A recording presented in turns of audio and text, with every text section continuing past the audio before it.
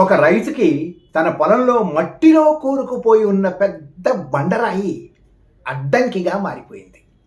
పొలం దున్నేటప్పుడు అడ్డంగా ఉన్న బండరాయి వల్ల ఎన్నోసార్లు పనిముట్లు విరిగిపోయేవి. ఆ రాయి కాళ్లకు తగిలి గాయాలయ్యేవి. లోతుగా పాతుకుపోయిన ఆ బండరాయిని ఇంకా తొలగించలేం అనుకున్నాడు. ఆ రోజు కూడా ఆ రాయిని తట్టుకొని కింద పడ్డాడు. ఆ పడ్డంతో నాగలి కూడా విరిగిపోయింది.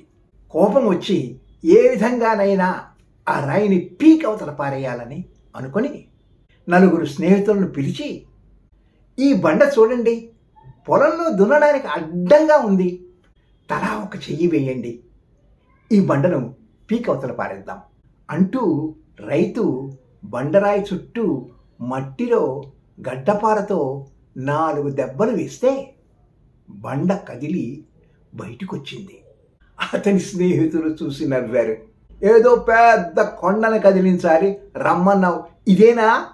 అయినా నువ్వు ఒక్కడివే కదిలించగలిగేవే అంటూ పగలబడి నవ్వారు.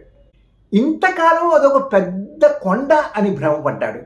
తనొక్కడే కదిలించగలిగాడు. ఇప్పుడు దాన్ని ఇంత పెద్ద సమస్యగా ఊహించినందుకు సిగ్గుపడ్డాడు. ఆ రైతులాగానే మన జీవితాల్లో కూడా చిన్న చిన్న సమస్యలే పెద్దవిగా, పెద్ద బూచిలా కనిపిస్తాయి. పరిష్కరించుకునేందుకు భయపడతాం. అందుకే సకాలంలో స్పందించి ధైర్యంగా సమస్యలను ఎదుర్కొని పోరాటం మొదలు పెడితే సమస్యలు చిన్నవైపోయి జీవితంలో మునుముందుకు సాగిపోతాం. Good luck.